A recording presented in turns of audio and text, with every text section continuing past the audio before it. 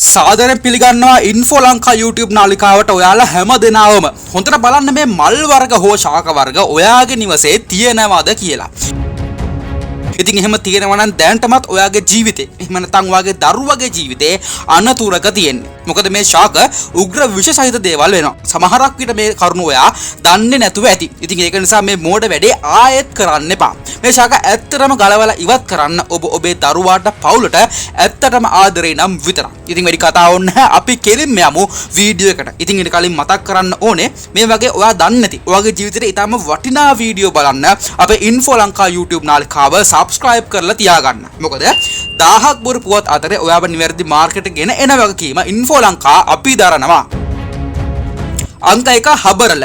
දම්බිකෙන් හබරල කියලා කියන්නේ ලස්සන පාත්‍ර සහිත විස්තර පැලයක් උනත් මෙහි කිරි මිනිස් සමට ඊටාම උග්‍ර විෂ සහිත වෙන්න පුළුවන්. ඉතින් මේවා කුඩා දරුවන්ගේ ඇඟේ ගෑවුනොත් දිව, තොල් සහ සම්පූර්ණ කටම වන වෙන්න පුළුවන්. ඒ වගේම කතා කරන්න පවා අපහසු වෙනවා. ඉතින් ඒක නිසා මේ දම්බිකෙන් හබරල කියන ශාකය ඔයාගේ නිවසේ තියෙනවා නම් දැම්ම ගලවලා ඉවත් කරන්න. හරි අංක 2 ඒ තමයි ඒන්ජල් ට්‍රම්පට් කියලා කියන්නේ. ඉතින් මේ ශාකයේ සම්පූර්ණ පහේ විෂ සහිත උනත් පත්‍ර ඇට සහ මල් වල විෂ අධිකව අන්තර්ගත වෙනවා. ඉතින් මේ මල් ගහක් යට ඉන්නවත් එපා. මොකද මේ මල් වල තියෙන විෂ අපේ ඇඟට ඇතුළත් වුණොත් අංශ භාගයේ ඔළුවේ අමාරු මෙන්ම හුස්ම ගැනීමටද බරපතල ගැටලු ඇති වෙලා ඔයාට මරණය උනත් ඇති වෙන්න පුළුවන්. අංක 3 ඇන්තූරියම්. ඉතින් ඇන්තූරියම් වල විස්තරය කියන්න කලින් මම ආයෙත් මතක් කරනවා අපේ ඉන්ෆෝ ලංකා YouTube නාලිකාව subscribe කරලා එකතු වෙන්න කියලා. මොකද ඔයා වියදම් කරන මුදලට, ඔයා වියදම් කරන වෙලාවට උපරිම වටිනාකමක් අපි දෙනවා ඔයා නොදන්න දේවල් කියලා දීලා. ලංකාවේ තියෙන ඇතම් ඇන්තූරියම් ප්‍රභේද විෂ සහිතයි කියලා ඔයා දන්නවද? ඉතින් මේ අතර ඇමසන් ඇන්තූරියම් කියන තද කොළ කළු පාට හුරු ඇන්තූරියම් ප්‍රභේදයේ කිරි ඊටාම විෂ අධිකයි. ගොඩක්ම මෙහි කිරි ගෑවුනොත් අනිවාර්යයෙන්ම ඇලර්ජික් තත්ත්වයන් ඇති වෙන්න පුළුවන්. ඒ කියන්නේ සමේ ඇලර්ජික් තත්ත්වයන් ඇති වෙන්න පුළුවන්. ඉතින් ඒක නිසා මේ වර්ගයේ තියෙනවා නම් අනිවාර්යයෙන්ම ඔයාගේ ගවතෙන් ඉවත් කරලා දාන්න.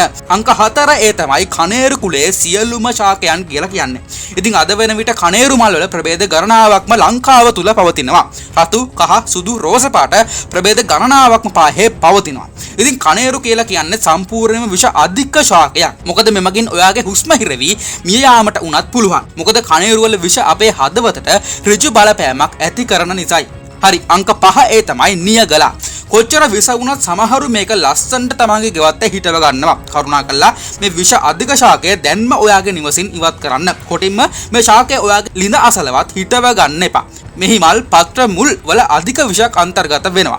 ඉතින් මේ විෂ සයනයිඩ් හා සමානව අපේ ඇඟ තුලට ගියොත් වැඩ කරනවලු. ඉතින් සරලවම මේ විෂ අපේ ඇඟට ඇතුල් වුණොත් අනිවාර්යයෙන්ම ජීවිතයට හානියක් වෙන්න පුළුවන්. එහෙනම් මේ ශාකයන් ඔයාගේ නිවසෙන් ඉවත් කරගන්න, ඔයාගේ පවුලේ ආරක්ෂාව තහවුරු කරගන්න. ඒත් එක්කලා ඔයා තාමත් අපේ ඉන්ෆෝ ලංකා YouTube නාලිකාව subscribe කරලා එකතු නැත්නම් දැම්ම subscribe කරලා එකතු වෙන්න. ඒත් එක්කලා අදට අපි ඔබේ ආලින්දෙන් සමු ගන්නවා අපි ඉන්ෆෝ ලංකා.